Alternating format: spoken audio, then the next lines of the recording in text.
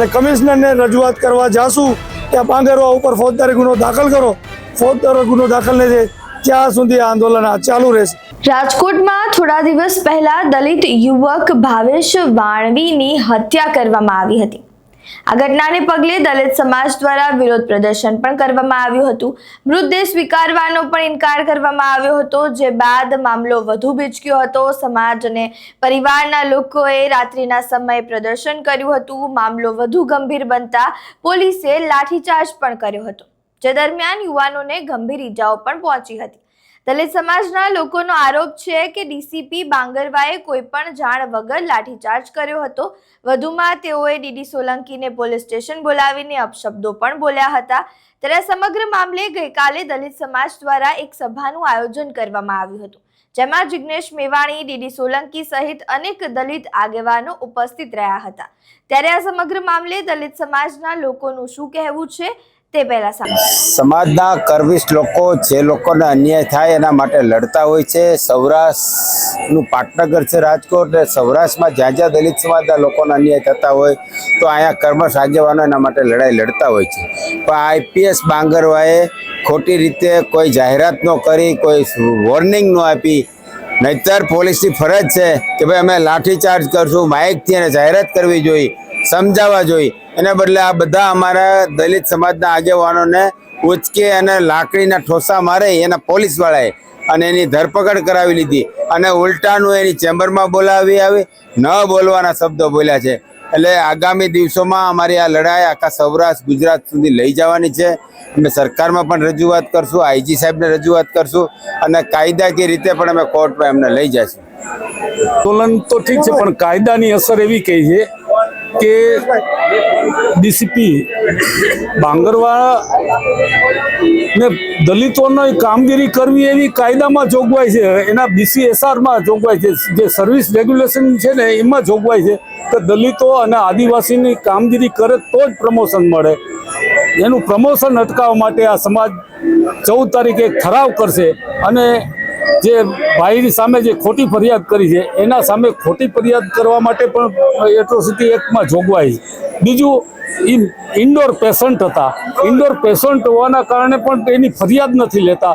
એટલે કલમ 4(2) હેઠળ બાંગરવા સામે ફરિયાદ થશે, કારણ કે બાંગરવા હજી આજની તારીખમાં એમનું નિવેદન નથી લેવા આવ્યો. એનું મેડિકલ ટ્રીટમેન્ટની જે બધા ડોક્યુમેન્ટ છે એ પણ ચકાસ્યા નથી. તો બાંગરવા સામે કલમ 4(2) હેઠળ પણ ફરિયાદ દાખલ કરશું અમે. આજે સમસ્ત અનુસૂચિત જાતિ સમાજના રાજકોટ, ગુજરાત, સૌરાષ્ટ્રના બધા આગેવાનો 1000 થી 1200 આગેવાનો ભેગા થયા હતા. અને આજનો મુખ્ય હેતુ એ છે કે 16 તારીખે જ્યારે દલિત સમાજના આગેવાનો હોસ્પિટલ ચોકમાં શાંતિપૂર્ણ રીતે આંદોલન કરી રહ્યા હતા, પણ જગદીશ બાંગરવા જે ડીસીપી છે ક્રાઇમ બ્રાન્ચ અને બીજા 4-5 પોલીસવાળાએ, ઘણા બધા પોલીસવાળા લોકોએ મળીને ખોટો લાઠીચાર્જ કરી અને લાકડીના જોરે ડેડ બોડી ઉપાડવા પરિવારને અને સમાજને મજબૂત કર્યા. અને સામાજિક જે આગેવાનો છે એને વાળ પકડી, લાઠી મારી, ગુસ્તા મારી અને એને ગાડીમાં બેસાડી એની સાથે ગેરવર્તન કર્યું અને અમને લઈ ગયા એડિવિઝન. પછી અમે જ્યારે સિવિલ હોસ્પિટલમાં દાખલ થયા, અમે MLC કરી. અમારી ફરિયાદ લેવા હજી સુધી કોઈ એક કોન્સ્ટેબલ પર નિવેદન લેવા નથી આવ્યો. પણ જગદીશ બાંગરવાના કહેવાથી અડધી રાતે 11:30 વાગે અમારી ઉપર ખોટી ફરિયાદ દાખલ કરવામાં આવી, રાયોટિંગની, ધમકીની, ફરજમાં રૂકાવટની. આના પરથી એને સંતોષ ન થયું. સવારે અમને સમાધાનનો પ્રેશર કરાયું, અમે સમાધાન ન કર્યું અને 18 તારીખે આવેદનપત્ર દેવા ગયા ત્યાં ફરિયાદ પાછી કહેજો. તો કમિશનરને અમે મળીને બહાર આવતા હતા ત્યારે PI બોરીસાગર, PSI મકવાણા અમને પકડીને સ્પેશિયલ બ્રાન્ચમાં લઈ ગયા, જ્યાં બાંગરવા બેઠો હતો. ત્યાં જઈને બાંગરવા અને બોરીસાગર, PI દામોર અને બીજા એક PR જાડેજા, આ 4-5 લોકો મળીને મને માનસિક શારીરિક ટોર્ચર કરીને ધમકી આપી કે તું અમારી પર ફરિયાદ કરતો નહીં, ફરિયાદ કરી તો તને ગુસ્સી ટોકમાં ફિટ કરી દેવાનો છે, ખોટા બીજા ગુના દાખલ કરશું, જેલમાં હુમલો કરાવશું અને 14 એપ્રિલે જે તમે નાટક કરો છો, આ વખતે નાટક કર્યા તો ખોટી ફરિયાદમાં તમને ફિટ કરી દેશું. તમે દલિતો ખોટી એટ્રોસિટી કરો, પૈસા માટે કરો, અનેક પ્રકારની ધમકીઓ આપી, જાનથી મારવાની ધમકીઓ આપી.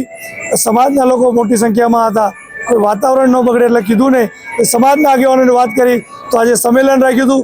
સંમેલનની અંદર ધારાસભ્ય જિગ્નેશભાઈ મેવાણી, અમારા આગેવાન અમરસિંહભાઈ મકવાણા, સુરેશભાઈ ભતવાર, જગદીશભાઈ પોતાણી, ગિરીશભાઈ પરમાર અને આખા સૌરાષ્ટ્રના ભીમ આર્મી, સમતા સૈનિક દળ, તમામ સંગઠનો આગેવાનો મળીને આજે નક્કી કર્યું છે કે 14 એપ્રિલે આખા ગુજરાતનું મોટામાં મોટું સંમેલન, મોટામાં મોટી 14મી એપ્રિલની બાબા સાહેબની જયંતિની ઉત્સવ સાથે અને કમિશનરને રજૂઆત કરવા જાશું કે આ પાંગરવા ઉપર ફોજદારી ગુનો દાખલ કરો.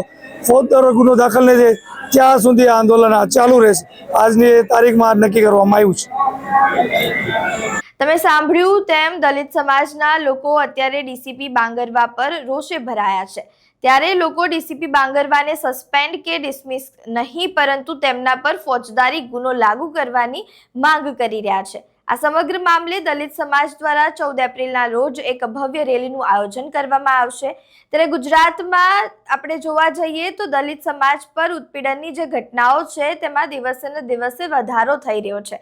સમાજના લોકો પોલીસ અને સરકાર પાસે ન્યાયની આશા રાખે છે, પરંતુ અહીંયા તો દલિત સમાજના લોકો પોલીસ પર જ તેમના પર ઉત્પીડન કરવામાં આવે છે તેવા આરોપો લગાવી રહ્યા છે. ત્યારે એક બાજુ રાજ્ય ગૃહમંત્રી પોલીસ પ્રશાસનની વાહવાહી કરતા થાકતા નથી અને બીજી બાજુ આવી ઘટનાઓ સામે આવી રહી છે.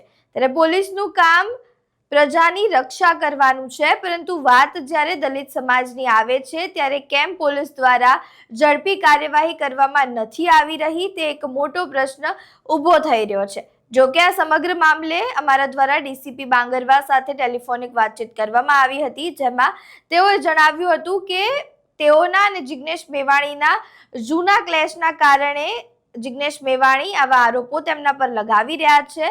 ત્યારે હવે શું સાચું છે, શું ખોટું છે, એ તો હવે પ્રોપર તપાસ બાદ જ ખબર પડશે. ત્યારે તમારું આ સમગ્ર મામલે શું માનવું છે, તમારા મંતવ્યો અમને કમેન્ટ બોક્સમાં જરૂરથી જણાવજો. વિડીયો પસંદ આવ્યો હોય તો લાઇક, શેર, કમેન્ટ કરો અને અમારી ચેનલને સબસ્ક્રાઇબ કરવાનું ભૂલતા નહીં. નમસ્કાર.